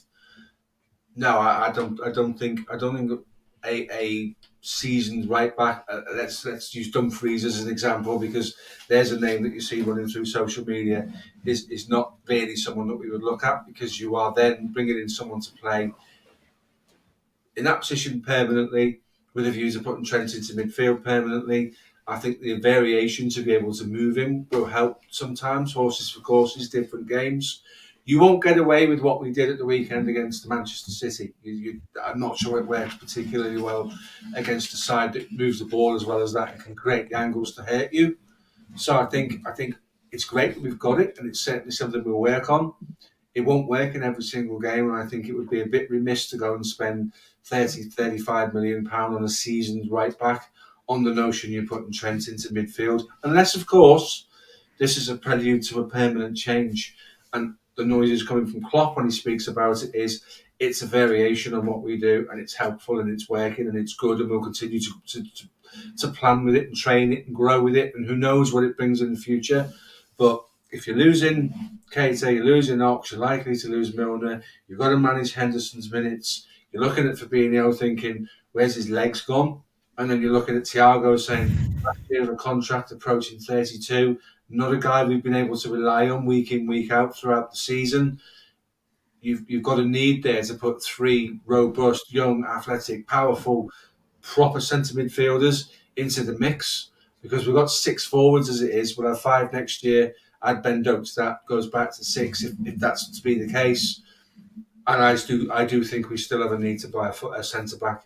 We need a third centre back that isn't the drop off from another one in Matip that has gone from being absolutely brilliant to looking a bit lost, and then a guy that once he makes a mistake totally destroys his self-confidence for the rest of the game and he just goes from bad to worse. The third centre back that comes in, right now there's too big a drop off between Konate, Van Dijk and then the next one, and that needs to change. Conroy, I'm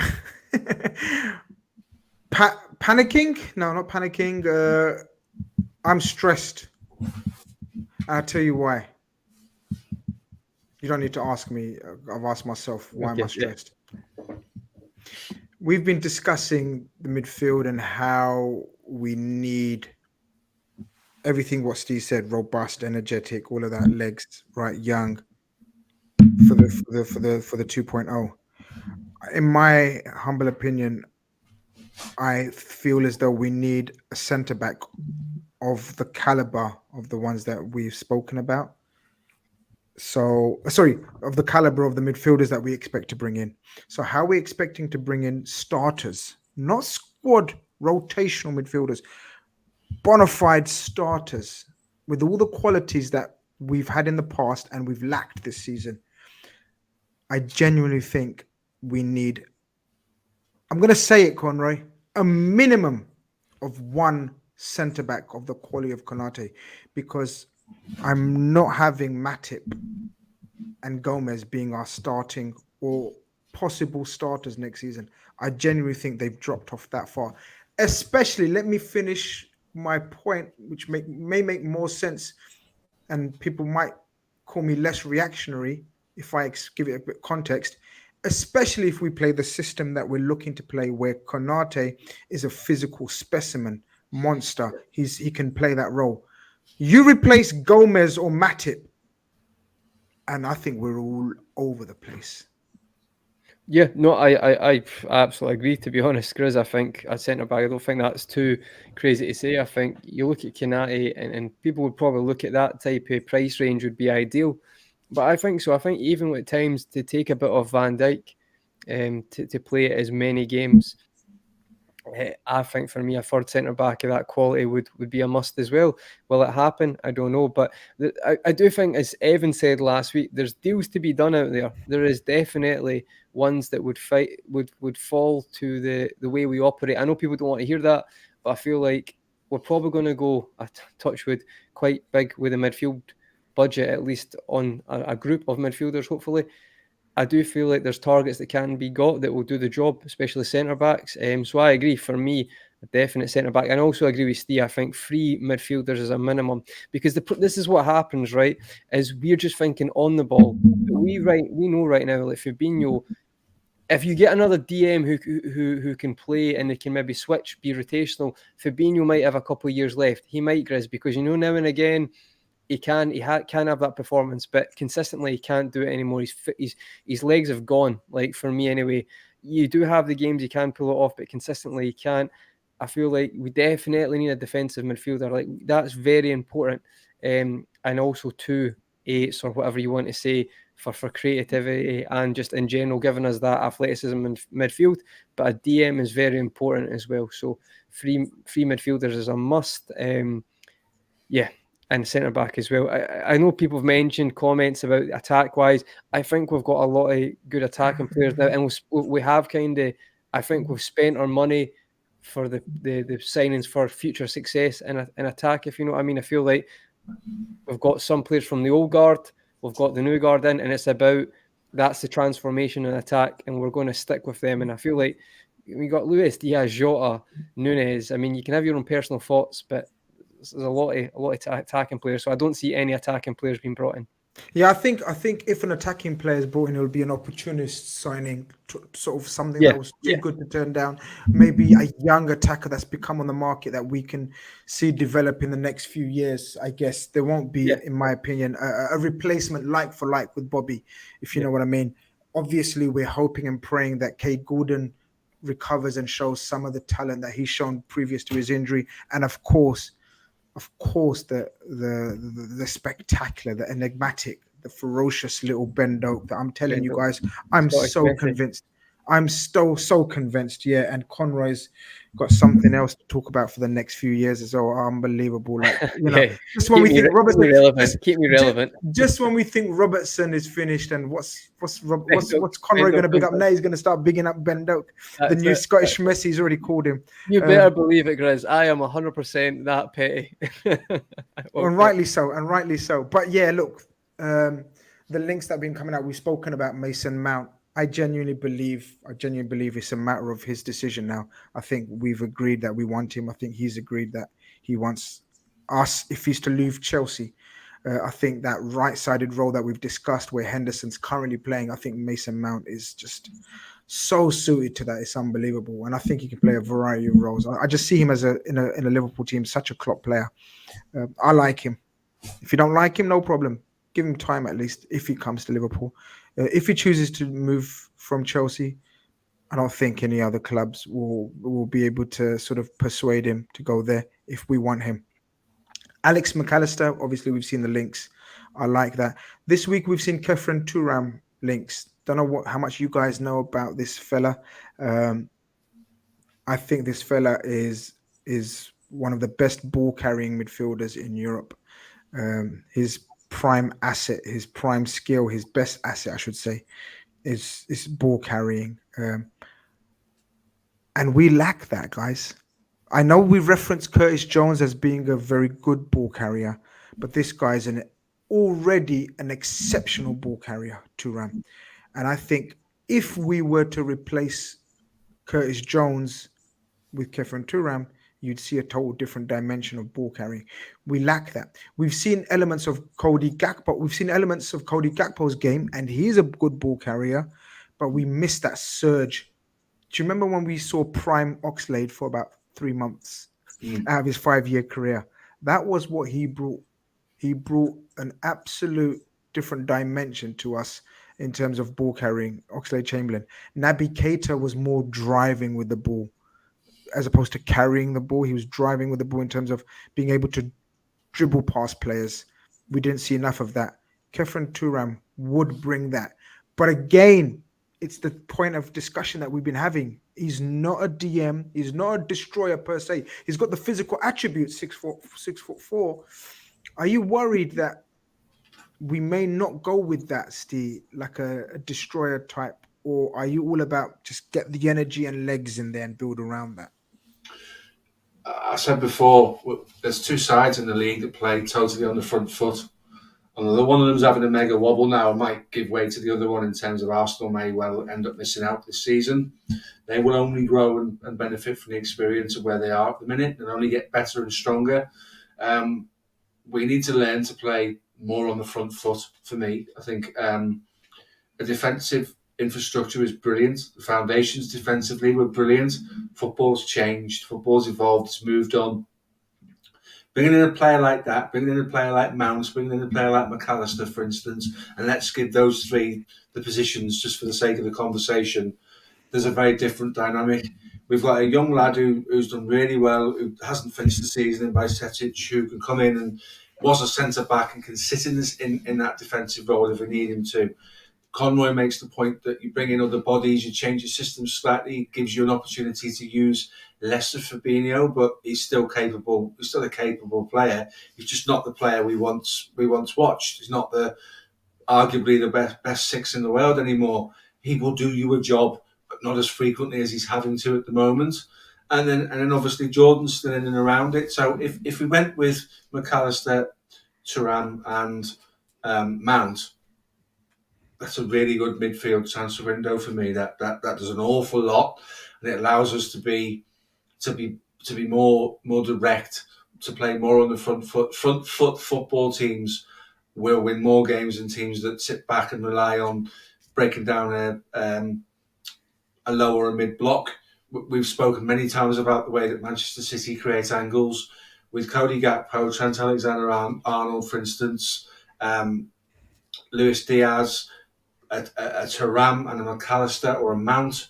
You're suddenly looking at players that are really comfortable taking the ball in the final third and creating opportunities for other people. We like what Klopp did.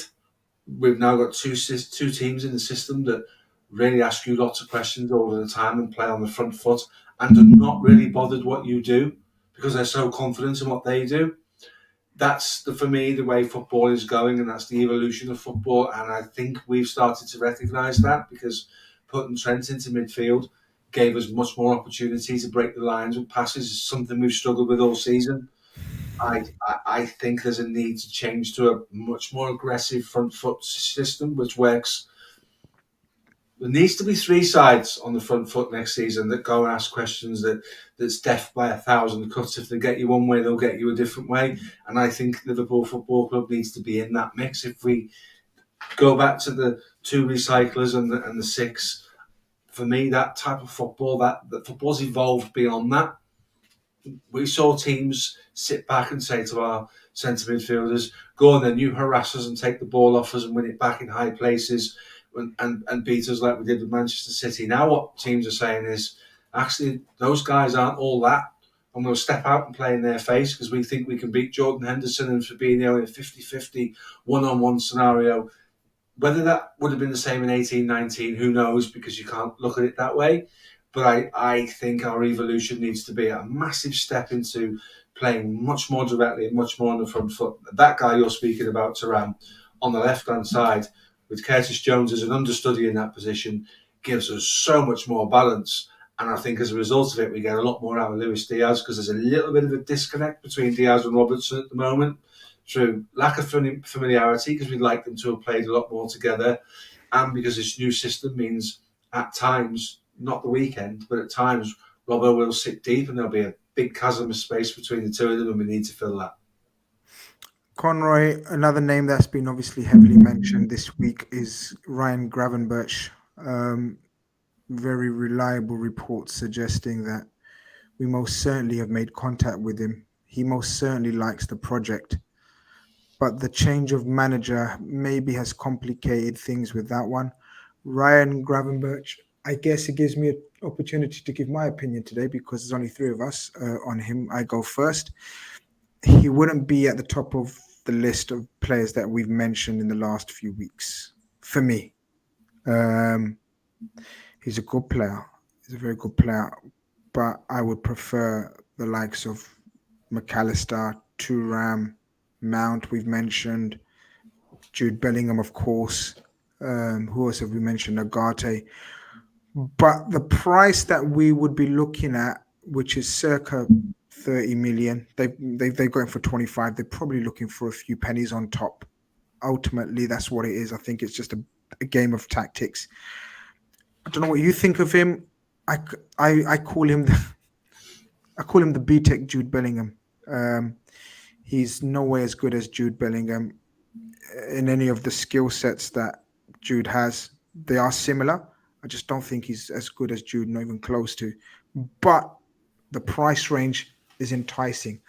If you offered me 30 million, 25 to 30 million for Ryan Gravenberch, who's still learning the game, who has got potential, I'd go for it. It's just that what we've discussed, we want nailed on walkers into the team. He doesn't nailed on walk into the team for me right now, as opposed to a McAllister, a Thuram, a Kone, a Garte, all of the other players, Jude Bellingham, Mason Mount.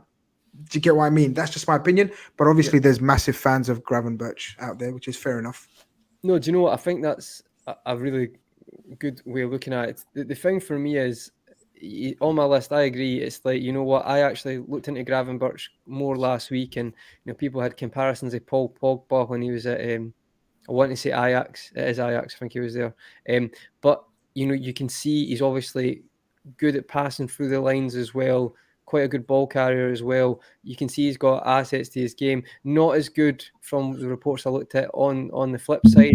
Not necessarily lazy, but just not as good getting back defensively. Maybe that's something Klopp could look to improve. But as you say, Grizz, we're not looking for potentials here. We're looking for people to walk into the side. However, he definitely would add for that midfield having a creative spark. And obviously, with his ball carrying ability would help there. So I understand that. I think it's quite enticing because let's say this would be a bit mad, but let's say he's the fourth midfielder and he get the other three, but he would really improve the depth with the amount of players who are leaving in our midfield. That then Liverpool might say, right, well, we can get him in for 30 million and we'll aim to get these free, right? But they might say, a bit like you said about the attacker, if it's too good an offer, they feel like, no, they definitely add to our depth, they might go for it. But I feel like the priority has to be those starters. But do you know what? From what I've seen, I feel like he could be quite a good acquisition to the squad. And I feel like Klopp could get quite a lot out of him, but it would be a secondary thought. I feel like those three first. As a fourth signing to add to that depth, absolutely. But we need people who are ready to come in. And when I've read about the other side, that's what we've had issues right now in transition. I think Evans obviously does his stats and his graphs and speaks about the top 5 midfielders for positions. And I think defensively in transition, you've seen a lot of times with him that would be maybe not the best part of his game, and that's somewhere that we're kind of struggling in general right now. So that's what I'd say about Gravenberch. However, if they go to you, right, was it 18 million pounds, or was that maybe 22?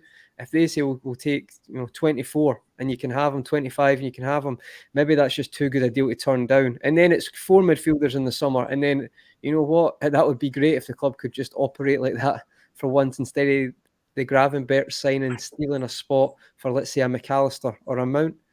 So that's my thoughts on it. Steve, do you have you watched all of Gravenberch? Do you feel the same, or what's your thoughts on him? He's a good player. Since going to Bayern Munich, they haven't played him with the DM at all. He's played as a centre midfielder or attacking midfielder.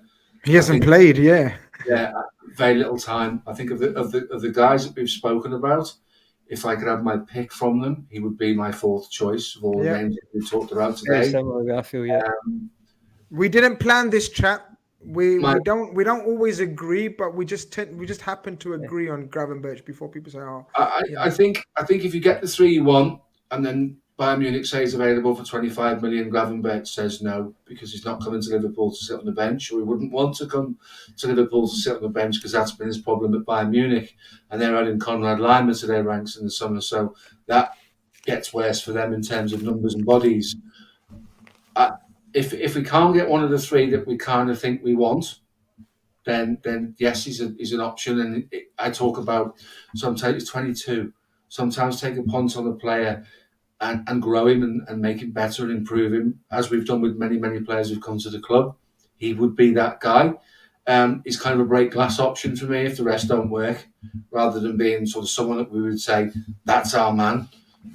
There's a reason why he's available for 25 to 30 million pounds if he's available, because he's not revered in world football as that all-encompassing dynamic midfielder that's going to change your club. He's got to grow into that position at Liverpool if he comes to the club. The other 3 that we've spoken about, not so much Thuram, but certainly Mount and McAllister, are first names on the team sheet in your midfield. So I still think Thuram will still have to prove himself given his age and his relative inexperience in the top flight. There we have it, guys. Let's go through a few super chats. We're probably related, and then we will call it quits. I think we've done pretty good, lads. Don't know about you guys. Mo sends in a super chat from earlier. Casado. Oh, we've read that one. Gandalf says Mount, Rice, McAllister. Thoughts? I would bite your hands off for those three. But unfortunately, I don't think Rice is an active option as of now. I think he's more inclined to be Arsenal's. But I think Rice, Declan Rice, in sort of replace him for Fabinho, perfect for me. Anyone want to quickly give a thought and opinion on that? Yeah, just Keith will be like, screaming at the screen right now because Keith's been wanting Declan Rice for about a year. So I feel like just that's for Keith because just the profile of him. He's box to box, strong, energy, legs forever. Well, he's a leader. Yeah. He's a captain. Yes. But all the media outlets have got him going to Arsenal. They're not normally wrong, are they? So yeah, if it's that unanimous, yeah. And go on, Con. You was going to say something. Just on your thoughts, just quickly. So, do you think Arsenal get Casado and Rice in the summer? No, Rice. No. I think they get Rice. Yeah, but do Brighton sell Casado and McAllister? Are we playing mind games with Brighton, saying, all right, if you're not going to give us Casado for like a reasonable price, which they're not, then we're going to go for McAllister, who is for 60 million, reasonable price in this modern day and age, with the World Cup winner, etc., 60 million. So maybe. Go on, sorry. No, you go. Sorry. I think I said I'll end up at one of the Manchester clubs because I think both of them will spend the money that Brighton want for him. Yeah, I'd fucking hate that, man. Don't end this stream like this. Don't end it.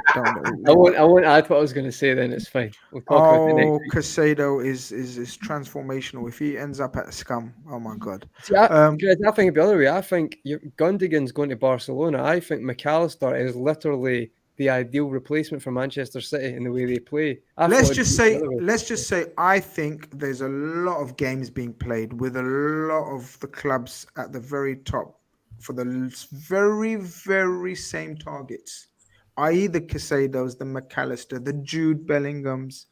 These are all games being Mason Mounts. Now today we've heard Arsenal in the mix and Man City in the mix for Mason Mount. Well, how many midfielders do Man City really need? It's just loads of mind games and tactical, strategic moves being made. And as I've said before, I know everyone's down and out about Jude Bellingham. I wouldn't be down and out about Jude Bellingham. Not yet. Where there's a will, there's a way. Arman says Kall should have played today. Backup centre back for LFC. Look, Kall, I know personally of interest in Kall. I just don't see Chelsea dealing with us. Possibly, maybe, especially if we're targeting Mount from them. Can't see them giving two of their high valued sort of players. So yeah, but I haven't seen enough of him, guys, to really give a definitive opinion.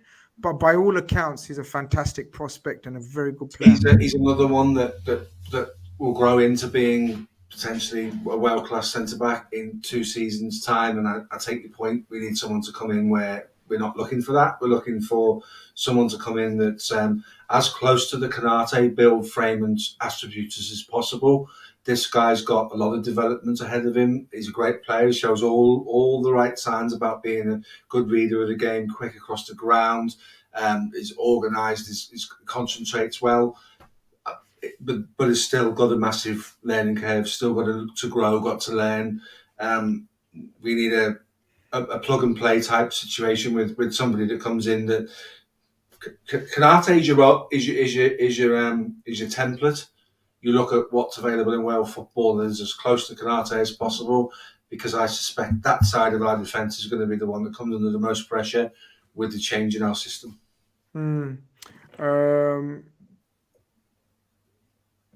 I think Mo was talking about sort of the game earlier on. Sorry, Mo, I missed this one. 82% possession is the third most ever under Klopp. We've had more than 82%, guys. Does anyone know in the chat what games they were? Just let us know who the opposition were. Probably be the 40-odd chance game we created against Arsenal. Everton, sorry. Do you remember we had 41 efforts at goal against Everton in one game? Yeah, good shout, Steve. Yeah.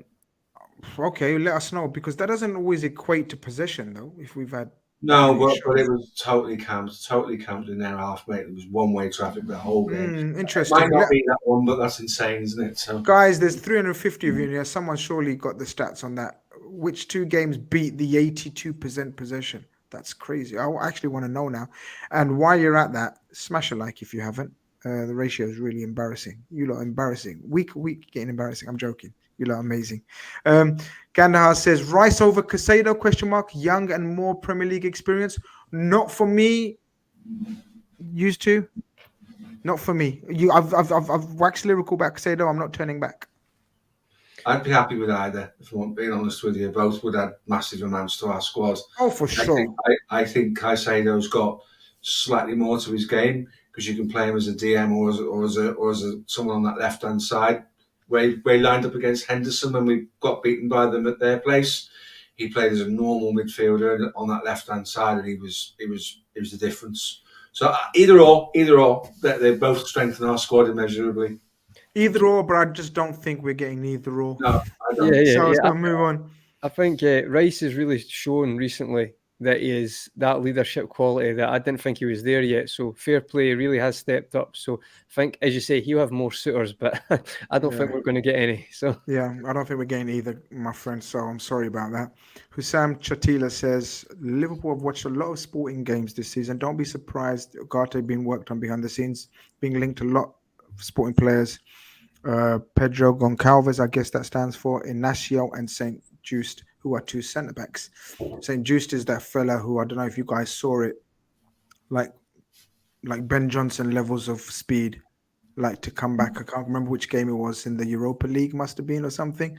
Don't know much about him, but Inacio I do know. I've seen him quite a bit more.